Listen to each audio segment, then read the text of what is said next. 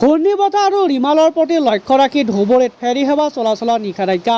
ৰাজ্যত আৰম্ভ হ'ল ঘূৰ্ণী ৰিমালৰ প্ৰভাৱ পৰিছে ধুবুৰীৰ বিভিন্ন প্ৰান্তত।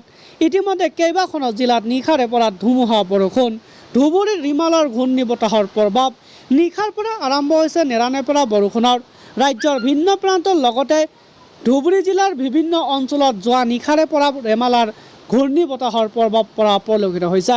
বতৰ বিজ্ঞানৰ আগজাননী অনুসৰি জিলা IWTৰ তৰফৰ পৰা নদীপথত ফেৰী সেৱা আৰু নাও চলাচল বন্ধ কৰি দিয়া হৈছে।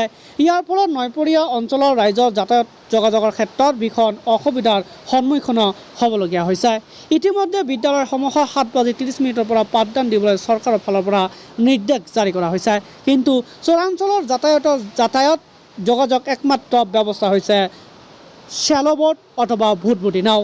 ফলস্বৰূপে ভুটভুটি নাৱেৰে পাৰাপাৰ হ'ব পৰা নাই স্কুল কলেজীয়া ছাত্ৰ ছাত্ৰীসকলৰ লগতে শিক্ষক শিক্ষয়িত্ৰীসকল। এই দৃশ্য ধুবুৰীৰ নৈপৰীয়া অঞ্চলৰ।